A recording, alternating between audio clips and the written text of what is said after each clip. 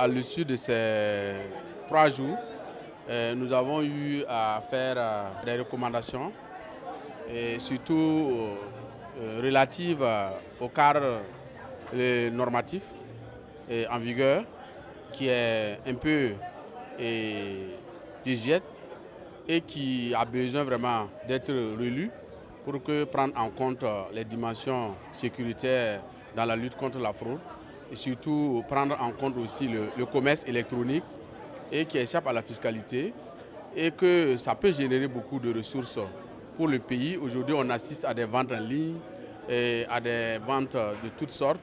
alors qu'il y a des taxes qu'il faut percevoir sur la base de ces transactions commerciales que nous voyons en ligne. Les actions prioritaires sur le plan national, il faut d'abord qu'il y ait une coopération inter-agences. Et cette coopération doit vraiment permettre qu'il y ait vraiment un système intégré qui réunit tous les acteurs dans la lutte contre la fraude. Ça va permettre par exemple d'avoir les fichiers de l'e-Syntax, la direction générale Sidonia et même au niveau de la direction du transport terrestre et maritime pour qu'on essaie de faire l'analyse et la gestion des risques pour pouvoir démasquer la fraude sous toutes ses formes. Et il y a aussi le fait qu'il faut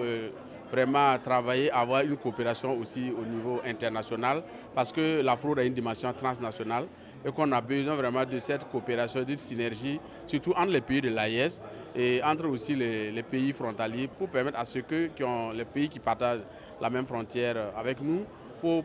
prendre certaines dimensions à caractère international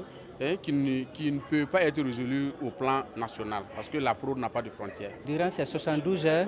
nous avons eu la chance de suivre des brillantes communications de nos professeurs de l'université Thomas Sankara et fondamentalement ce que cela peut apporter comme un plus dans notre manière de faire désormais quand on va parler de la lutte contre la fraude, il faut leur dire que nous avons eu tous les rudiments nécessaires qui pourra nous permettre,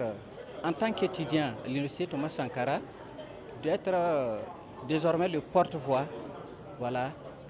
non seulement de nos camarades et en plus de la société de façon entière.